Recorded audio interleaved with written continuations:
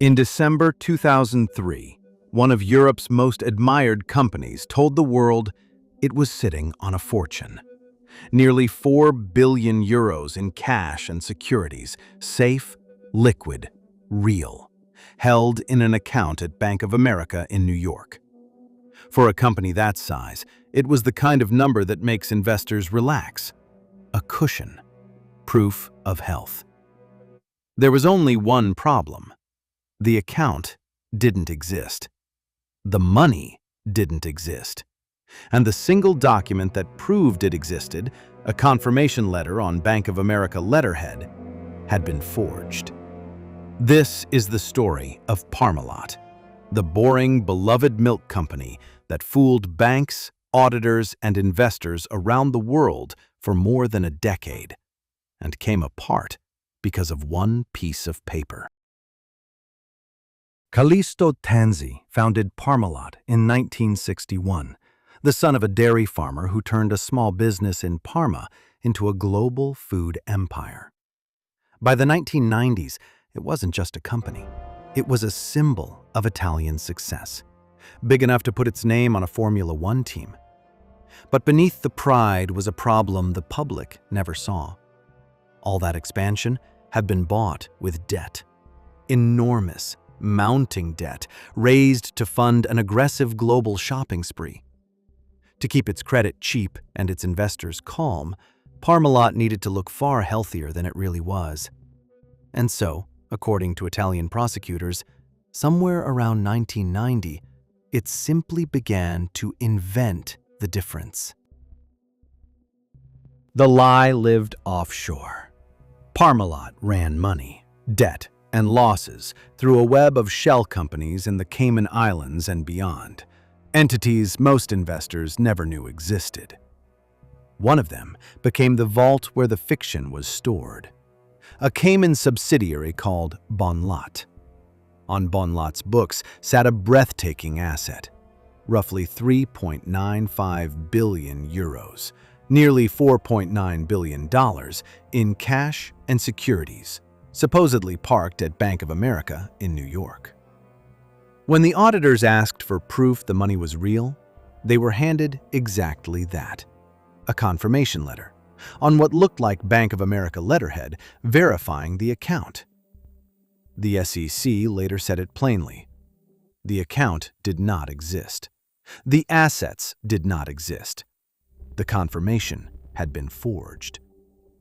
For years, a single fake document held up the entire balance sheet of a multinational company. It wasn't a hack. It wasn't sophisticated. It was a scanner, a logo, and a fax. The end began somewhere almost embarrassingly small.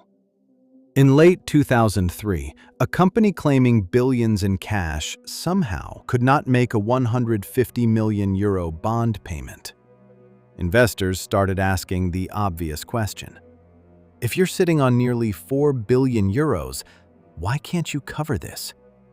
Ratings were cut. The share price slid. And then came the sentence that ended everything. Bank of America confirmed the document verifying the account was not theirs. On December 19, 2003, Parmalat admitted the truth. The 3.95 billion euros wasn't there and never had been. Days later, the company collapsed into what was then one of the largest bankruptcies in European history, a hole eventually estimated in the range of 14 billion euros. And the damage reached across the Atlantic. Because in the months before the collapse, Parmalat had sold notes to American investors on the strength of numbers that were pure invention. Callisto Tanzi was arrested. As investigators pulled the company apart, they concluded the books had been falsified for more than a decade, and that hundreds of millions of euros had been quietly funneled toward businesses owned by the Tanzi family. He was convicted in multiple proceedings, including an 18-year sentence in the Milan fraud case, though given his age, he ultimately served only a fraction behind bars before house arrest. His finance chief and others were convicted alongside him, and the SEC charged Parmalat itself with defrauding American investors. The scandal changed the audit profession for good. The simple, devastating lesson that a confirmation letter is only as honest as the person holding the fax machine is why, to this day, auditors confirm bank balances directly with the bank, independently, every time. Parmalat's warning signs were visible to anyone reading closely. 1. A company swimming in cash that still borrows constantly and can't make small payments. Real cash doesn't behave shyly. 2. Critical assets parked in opaque offshore subsidiaries far from where the business actually operates. 3. An entire balance sheet resting on a single confirmation that nobody independently rechecks. Where to look for yourself. The cash flow statement. Does the cash actually move or just sit there? The notes on subsidiaries and related parties. And any gap between how much cash a company reports and how much it keeps borrowing. None of this is financial advice. It's simply how to read a company like a skeptic. Parmalat was supposed to be the safest kind of company in the world. Milk, the most boring product on earth. The fraud wasn't in the milk. It was in a forged fax, in a footnote about an offshore account almost no one ever read.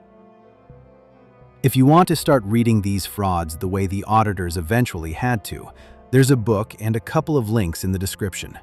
And the weekly breakdown of every case goes out in the newsletter, linked below.